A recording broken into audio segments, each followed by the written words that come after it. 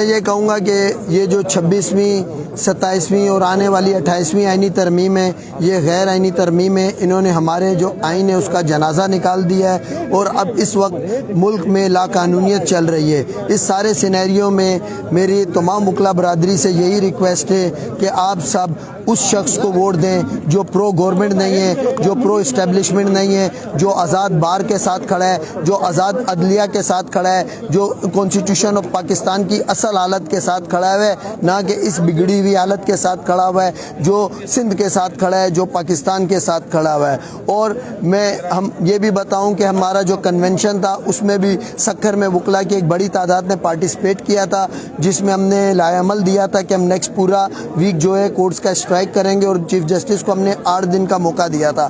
بعد میں ہمارے دوستوں کی آپس میں مشاورت سے ہم چاہتے ہیں کہ ہم اپنا پروٹیسٹ بھی ریکارڈ کریں لیکن جوڈیشل سسٹم بھی زیادہ ڈسٹرب نہ ہو. تو پھر باہمی مشاورت سے ہم نے آج کا دن کا پوری دن کا اسٹرائک کا اناؤنس کر دیا تھا, اور باقی جتنے بھی دن ہیں وہ ہاف ڈے 11 بجے سے لے کے آن ورڈز تک ہم نے کورٹ کی جو پروسیڈنگ ہے اس کا بائیک آؤٹ کرنے کا اعلان کیا ہے. صبح سے لے کے 11 بجے تک کورٹس میں کام ہوگا اور اس کے بعد بائیک آؤٹ ہوگا. سر پیپلز پارٹی جو ہے سر موجودہ جو حکومت ہے پیپلز پارٹی ایک ترمیم جو پیش کی ہے حکومت کو کون سی مجبوری تھی, کیا اس کے حوالے سے کیا کہیں؟ سر حکومت کو ایک ہی مجبوری تھی کہ ان کی حکومت نہ جائے. ان کو پتہ ہے کہ یہ جو امینڈمنٹس ہیں یہ بیسیکلی ان کی جو جعلی گورنمنٹ ہے اس کو بچانے کے لیے کی جا رہی ہے.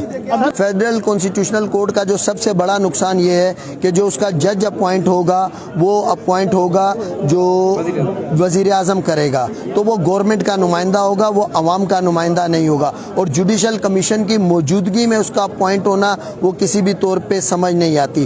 اس کی موجودگی میں جو ہماری سپریم کورٹ ہے اس کی اب یہ حالت ہو گئی ہے کہ وہ صرف فیملی کیس سنے گی کہ میاں بیوی میں جھگڑا کیوں ہوا, رینٹ کیس سنے گی, مالک مکان اور کرایہ دار کا کیا ایشو ہے. اس کا جو بیسک جو پرپس تھا وہ ختم ہو چکا ہے. سپریم کورٹ ایک مقبرے کی صورت اختیار کر چکی ہے.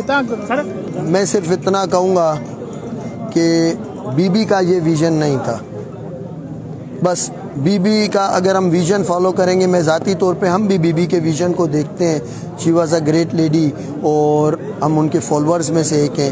تو وہ جو یہاں ذوالفقار علی بھٹو صاحب نے جو سوچ کر یہ آئین بنایا تھا یہ سب اس کو فالو نہیں کر پا رہے مجھے لگتا ہے. اور بلاول صاحب کو تھوڑا سا اپنی چیزوں پہ نظر ثانی کرنی پڑے گی. گورنمنٹ امپورٹنٹ نہیں ہے. آج یہ اس گورنمنٹ کو لات مارے ان کو لوگ وہ عزت دیں گے جو دیکھنے والی ہے. اگر یہ گورنمنٹ رہی تو یہ پیپلز پارٹی کا جو سیاسی کیریئر ہے وہ کسی بھی طور پہ ایک اچھے امیج کو نہیں دے کے جائے گا.